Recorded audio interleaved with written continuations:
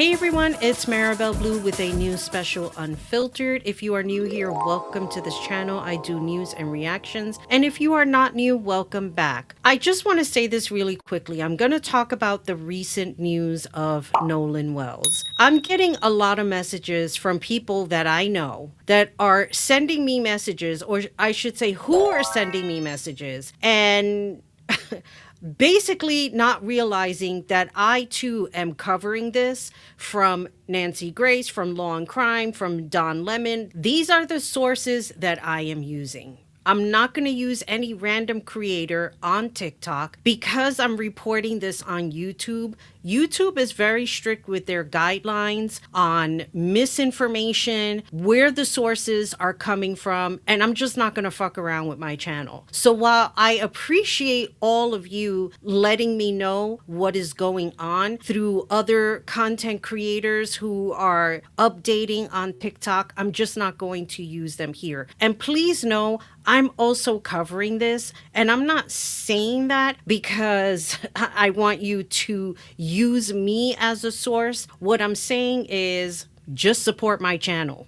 That's what it all comes down to. Today, we are going to talk about Nolan Wells, the new information that has come out with the audio of the boat, and I will be reacting to Don Lemon, who had a psychotherapist on by the name of Connie Elliott, as well as this other channel called Officer Tatum, who interviewed Warren. I don't have his last name off the top of my head, so I'm going to be interchanging clips and share those videos with you. So let's get started. So now let's move on to Nolan Wells. And I want to bring in, is Elliot here? Is Elliot Connie here? If he's here, bring him up. Elliot, it's so good to see you. I'm sorry I'm a little bit late, but I have been watching your videos and your analysis. And Andy, if we have a little short one, we'll play one. And then Elliot, I'm going to come back to you after the break, but here it is. Another one of Nolan Wells' friends, in fact, he refers to himself as his best friend, has been interviewed. And some of the things that he said in the interview are worth noting, so I want to talk about them here. So watch this short clip from his interview, and then stick around, let's talk about it. Did you have anything to do with Nolan's death? No. Do you have personal knowledge of someone directly in your friend group having anything to do with Nolan's death? Okay, I'm going to say this, okay? Because this is another interview with another best friend. And you see the questions that he was posing. Now, I'm going to bring up the other interview with Warren. And I just want you to see the differences between that clip of that interview and the other interview. I mean, I had a great relationship with Nolan. I've never got in an argument with Nolan. We were super close, and I've never said or will ever have anything bad to say about Nolan Wells. Yeah, and you guys, you said you kind of grew up together. Mm-hmm. Did you know his mom, or how was that? Because I saw in the media where it appears that she may have said, at least I saw in part, that she said as if she didn't know any of you guys. Right. Well, Nolan, a lot of the times, was at like my house and at my buddy's house. We never went to Nolan's house and hung out. I mean, and my friend. Why? Why is that? Someone explain to me, how are you best friends, but you've never been to Nolan's house? Let's just dissect this for a little bit, okay? Why don't we? Why don't we dissect how on earth you are best friends with Nolan Wells? The mother doesn't know who you are. You are having this conversation with someone who's wearing a shirt, "Make Men Great Again." We all know where he stands as far as the political climate is concerned. And you're sitting there having this casual conversation as if there was a minor accident that occurred on July 4th. And you're telling the world we've never been to his house, but he's been to other people's houses. Tell me why. When I was growing up, I had two best friends, and I'm just going to use their initials, J and C. I'm not going to put their name out loud out there, okay? Those were my two best friends. I got closer with J as time went on because C ended up moving out to another state at some point. I mean, she came back, but Jay and I, we were very, very close. And let me tell you something. My mother knew all of them. They were always at my house, and we were always at their house. So for anyone to say we were best friends, but one person didn't go to their house, or a group of people didn't go to Nolan's house, it doesn't make any sense at all. It just doesn't. I'm going to go ahead and play a little bit of this interview because that was one of the notes that I made. You're so super close to Nolan, but you've never been to his house, and his mother doesn't know who you are. Group's very, very tight knit. I mean, we hang out every day when we're back home from school. In high school, we hung out most weekdays and every day on the weekend. And I mean, we were never at Nolan's house, which, you know, there's nothing wrong with that. But I met his father, and I mean, in 8th grade, that's when Nolan and I like got really close. It was COVID year, and we were in class all year long together, me and a couple of my buddies. And Nolan and I just got super tight because we'd go to Waffle House once a week together, eat. And I mean, we were just super, super close. But his dad would swing by Waffle House, you know, and like, you know, hang out around us, but never, you know, I was never around Nolan's parents a lot. But I mean, that didn't change our relationship any. Nolan and I were still just as close, and he was just as close with my friends as. I don't know. Does anyone find this suspicious? You're super, super close. The dad periodically would meet up with them, but where? I think I have a lot of credible questions, and I think a lot of people who are watching this video also have a lot of credible questions. Now I'm going to go back to the Don Lemon interview. Okay, we're back. I thought we were going to play a little bit of a clip. Hey, Elliot, thank you so much. I want to pick up that clip where we left off, and then I want you to talk about it. Roll it, Andy, please. No. After watching the interview, that was the clip that stood out to me the most, and I want to tell you why. But first, I want to point out, I find it very interesting that both of the friends so far have agreed to be interviewed by that particular interviewer. He clearly is not asking questions interested in the truth. He's there helping these young men defend themselves, not even like to push their narrative. Now, I want to be very clear. I am not saying that these kids are guilty of anything, but I am saying that interviewer is not interested in finding out what actually happened. In that clip, he asked the young man, he asked Tristan, did you do anything to Nolan? Or do you know of any of the other friends that did anything to Nolan? It's a very interesting question to ask. If he was in fact interested in the truth, when the young man said no, he would have said, then what do you suspect happened? He would have said, do you know anyone? Elliot, Yes, those are sir. great questions. And you are a professional psychotherapist, and a lot of people have been wondering the same thing, but you have an education and a title and history behind you. So talk to me. Good morning, by the way, and thank you for doing this. Good morning, man. Thanks for having me. Why'd you decide to do this and go over these videos and analyze them? I think it's amazing. Because I think it's important. I think that people don't really know what they're looking at, and people are making very harsh judgments on both sides. And being a trained clinician, I wanted to add context. I wanted to let people know that there are things happening there that if you pay really close attention, you can see it. Go on. Like, for example, if like I have been interviewing people as a psychotherapist for 20 years. I also train people, including police departments, law enforcement, drug courts, on how to interview people. I've been to countless family courts and talking people through divorce, and interview children when they are subjected to abuse. Like, when you ask a question like, do you or any of your friends have done anything to Nolan, or do you know anything about Nolan? To answer so calmly and just say no is incredibly unusual. Like, there should be some level of, even like, I'm offended to be asked that. I'm upset that I'm in this circumstance. I want everybody to know that I had nothing to do with it, and I can't believe this has happened. That answer tells me that he's not in disbelief that this has happened, and that there's something there that he is not willing to disclose. Now, in full transparency, I don't know what that is, but if I were interviewing him, I would be very interested in there is something behind his answer, and I would want to be able to find out what it is.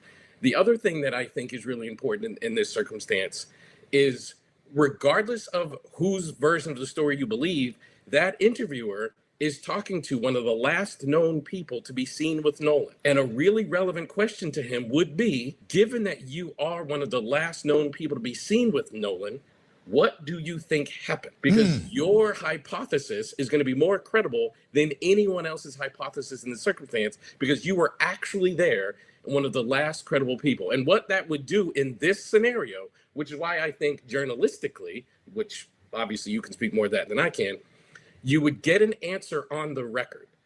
So like you would be able to get him to say, here's what I think happened, XYZ, da da da, and you now have him giving his version of the story. But at no point in that interview did he ask him to describe his version of the story. Okay, I'm going to stop it right here. I'm going to switch back now to the other interview, because there is a timestamp here on that interview, and I will link those down below for anyone who wants to see it, okay? Because you know how I do. I always credit and link everyone, unlike, some mighty Midas people. I said what I said. Now, here in this part, I'm going to fast forward to timestamp, I believe it's 4:50. This is 4:10 right now. We went last year. Nolan was on the boat with me last year, and Okay. he was. I'm glad that I stopped it here. I caught something as I was watching this video. Now, I'm not suspecting anything at all. I'm just saying, everybody who's watching my videos, who has watched all of my videos in one form or another, knows I love to do those jump cuts. I can't stand these. It's an OCD with me, with having these long spaces and trying to cut as much as I can while editing. This cut was very strange. For me, it was. It may not be strange for anybody else. For me, it was strange. It's almost as if he said something and then they stopped and cut, and then he started off saying the same thing, like to go on with the sentence. Okay, I'm going to go back to the timestamp of 4:10 or 4:09. And we went last year. Nolan was on the boat with me last year, and he said last year, and it's like they cut whatever he said originally, they cut and then started off with, just continue with what you said last year, and then they cut into that. Again, I'm not insinuating anything. I just found it strange, that type of a cut. That's just me. But I'm going to fast forward now to the timestamp of 4:50. Everybody was out there. Like I said, like Nolan was always trying to go on the boat, trying to go out there with us, and he was always. Why is he always trying? Was Nolan not invited, and that's why he was always trying? I mean, I don't think that I have ever been so invested in a case in a long time. Like, my thing was always doing reality TV. That was my thing early on when I started this channel. And then I started commenting on politics, which I'm actually going to record something else after this. I find the whole conversation strange. And again, like I said, this particular interviewer, we already know where he stands. And just the whole like la-di-da conversation, we're just sitting here like shooting the shit and talking. And it's not that. It's somebody died. What the fuck happened that day? Explain to us what happened. Because let me just tell you something. If this guy did see something, he would have an attorney sitting right there with him. It's everybody's legal right to get an attorney. It's not to assume that if somebody has an attorney, they are guilty of something. That's not what it is. What it is, if you get an attorney, you don't want to say anything that will incriminate yourself. If you just happen to be there and saw something nefarious going on. Now I'm going to go back to Don Lemon. I will link this down below, but there was one thing I think timestamp 1020. I might just forego that. I'm going to go back to Don Lemon and play the rest of what this man was saying on the interview. All he said was, in essence, it wasn't me and it wasn't anybody that I know. And that is just super odd. That's very unusual. A couple of things, Andy. I don't know if you have the one where Elliot talks about him, this young man, I forget what his name is, Wyatt or something, when he goes back to this, where he's looking and he's describing what happened and taking him back to the scene. I want to play it a little bit and then, yeah, let's listen if you have it, Andy. I'm not sure if it's... There's another video that I saw of Warren Hudson discussing the details of the day that he got separated from Nolan Wells when he went missing. I want you to watch this clip and let me explain the things that stood out to me as I watched it. People say that you guys just left Nolan behind. I've seen reports of people saying that you just left him. I see reports of people saying that you asked him to get on the boat. You told him to get on the boat, he didn't. What's the truth in that? Well, Wyatt was having boat issues and the bilge wouldn't pump. So the bilge is basically a pump that releases water from your boat when water comes in. So I opened the back hatch and there's water up to the batteries. And that is obviously not good. There's water almost coming over the transom, which is where your motors sit and which is the, you know, by the stern, like in the back part of the boat. So obviously we were in emergency. The boat, we're trying to save the boat. It's not like we didn't ask Nolan or we just left Nolan. Nolan decided to stay on the island with the girl that he was with. And the girl is a witness to that too. Yeah. I'm a practicing psychotherapist. I've been working with clients who've been struggling with issues like things like grief for over 20 years. And this young man is behaving very unusually. I'm going to give you some examples to demonstrate as to what I mean. Number one, the person doing the interview, whose name I will not say because I do not support him, he brought him to the location where this happened. Okay. That should have been...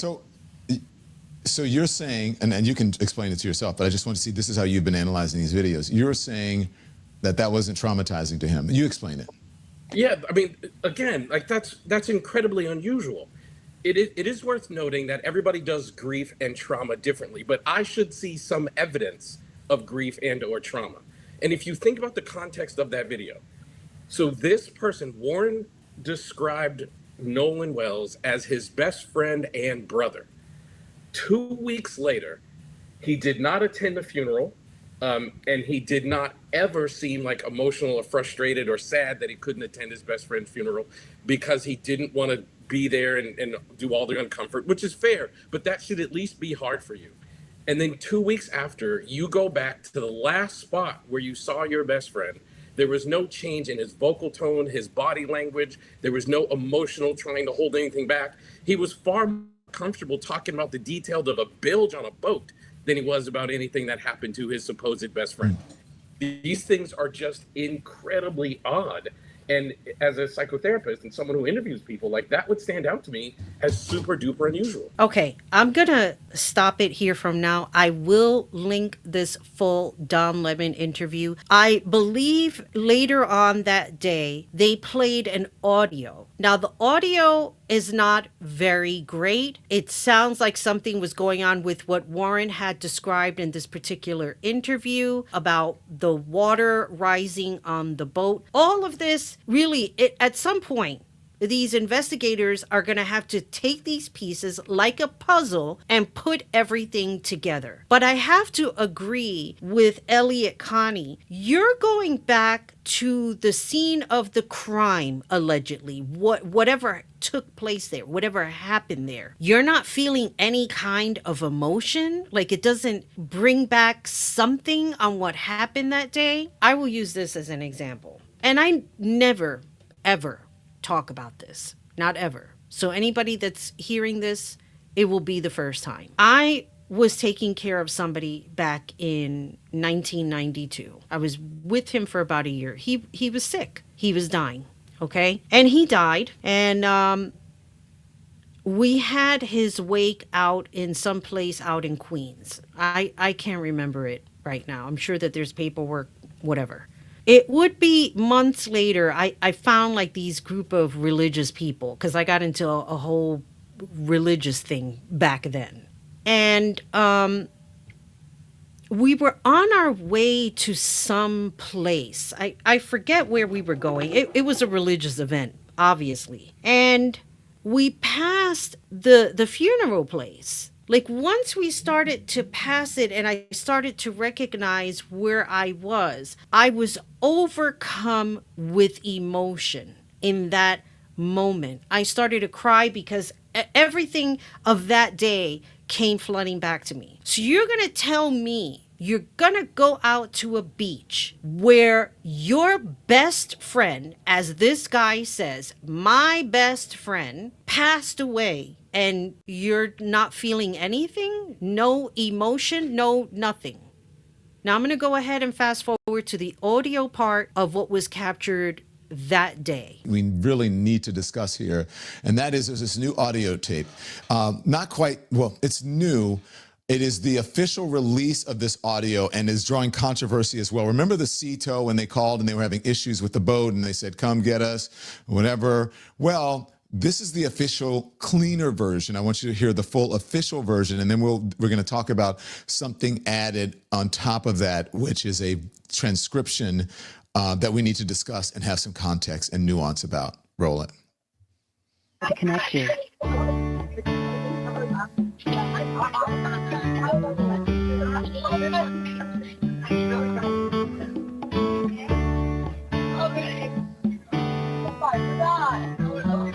CTO Assistance, Vicky speaking. How can I help you? Hey, we're at the west tip of Horn, and our bilge pump stopped working. We're sinking. Can y'all please come? We have a membership. All right, of course. How far is the water coming up, sir? Can you give me a description? Ankles? What'd Hello? you say? Hey, Yes. How far is the water coming up, sir? it's coming up. We're just sinking. I don't know. Like we're going down now. All right. Well, let's get you going. Membership number or phone number listed on the account, sir. I don't know the phone number. It's either. I think it's. Try that. All right. I know we have a membership, like guaranteed. I don't All have right. the tag on Unless here. you have a It got ripped membership off. number or anything, it's okay. I'll get you over to the captain. What's the best phone number to reach you at? Reach me at 2.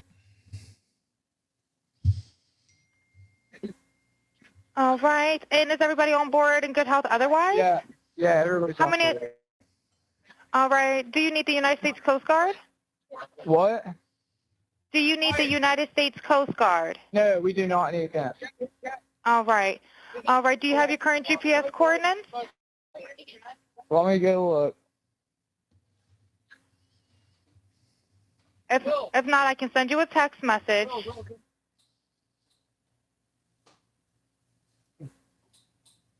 North. All right, are you ready? Yes, sir. I'm available. North 30 degrees.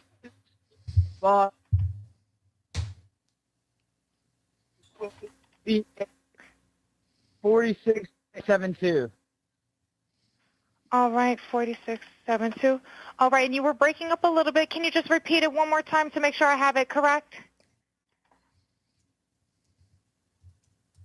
Sorry, look. Hello. Can you hear me? Yeah, what? So you're breaking up. If you need assistance, do you have a VHF radio? No, we do not have the VHF radio. All right. Well, let's try to get you going because you don't have good cell phone reception. Can you verify your coordinates one more time? Okay, my coordinates are 30 degrees by 14.684 north, and then west by 88 degrees by 46.79. Right. It looks like you're on Horn Island, correct? Are you Yes, on we are Horn at Horn Island? Island.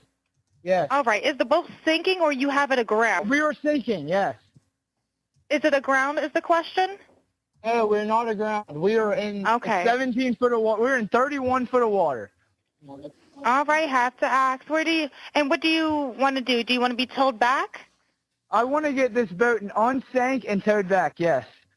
All right. Where would you like it towed to, sir? can tow it to Ocean Springs Harbor or Fort Bayou launch. All right. How many adults and children on board? No, there's no children.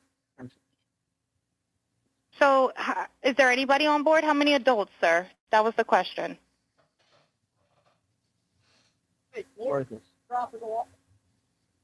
Hello, can you hear me?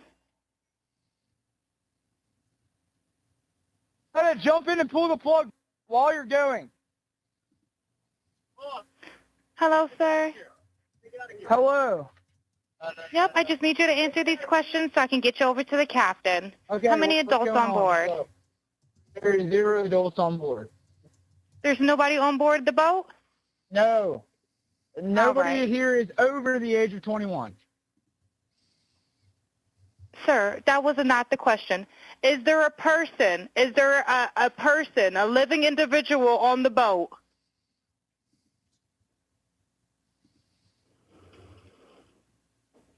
Hello? Is there a living person, someone breathing on the boat? Is there anybody on the boat? Yes, there's lots of people breathing on the boat. All right, how many people, sir? Like 7. All right, thank you. Does everyone have life jackets on or available to them? Yes, we have life jackets available. All right, verify what boat's sinking. A Triton, 22-foot offshore, 22-foot Triton offshore sea flight hull. All right. All right. Please hold. I'm transferring you to the local captain now. Okay, thank you.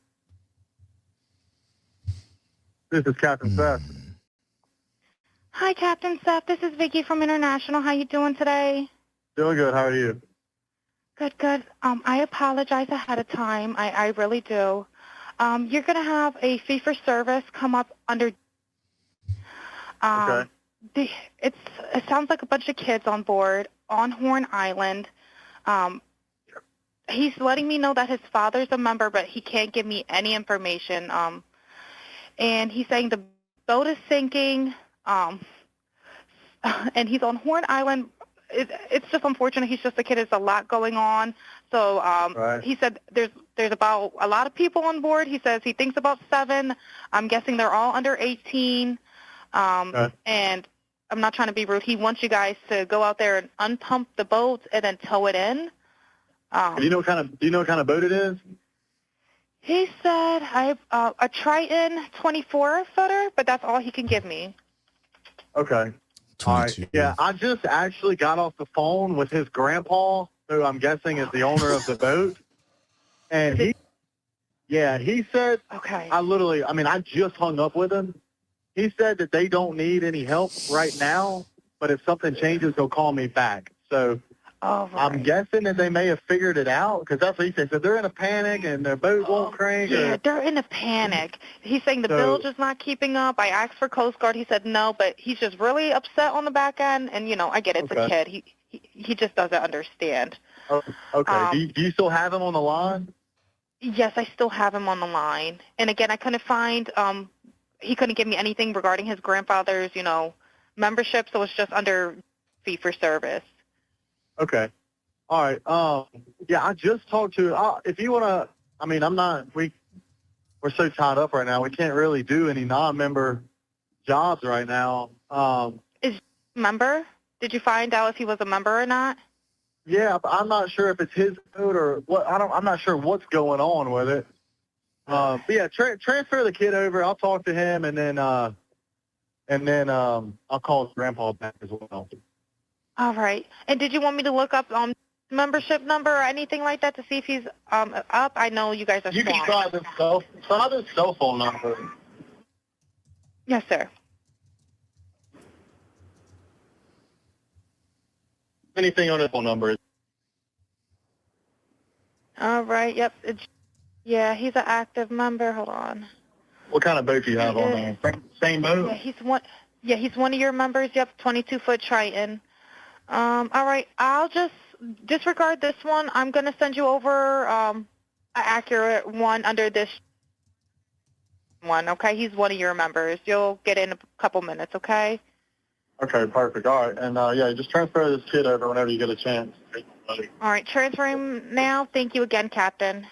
All Stay righty. safe out there. It's crazy. Have a drink. Oh, it's wild. All righty. Thank you. Thank you. Bye-bye. Bye-bye. Okay. Hello? Hello? Are you there? I apologize. I will be disconnecting due to lack of response. I think we can all safely say that we have even more questions than we do answers. I'm going to go ahead and leave that link down below of Don Lemon, and I'll also leave the other link of that other person who interviewed Warren, and make a guesstimation for yourself. I just need to say something that I feel is very important, that I've been seeing come up on my YouTube timeline. There are many people who are doing like these tarot readings and mediums. I'm not going to get into all that shit. Yes, I read tarots, but I don't go that far where it becomes a total grift among a family who is grieving of their loss of their child. I just will not do it. That's a fucking grift when you're doing shit like that. And the disrespect towards the family. Oh, let's do a tarot reading. Let's see if he made it to heaven. We're not doing that. As always, let me know your thoughts in the comments below. Again, please be respectful in the comments. Disrespect will get you blocked and your comment will be reported. I'm not playing when I say that. This is Marabelle Blue signing off. As always, remember, be good to yourself, be good to each other, and most importantly, take care of you. Bye, everybody.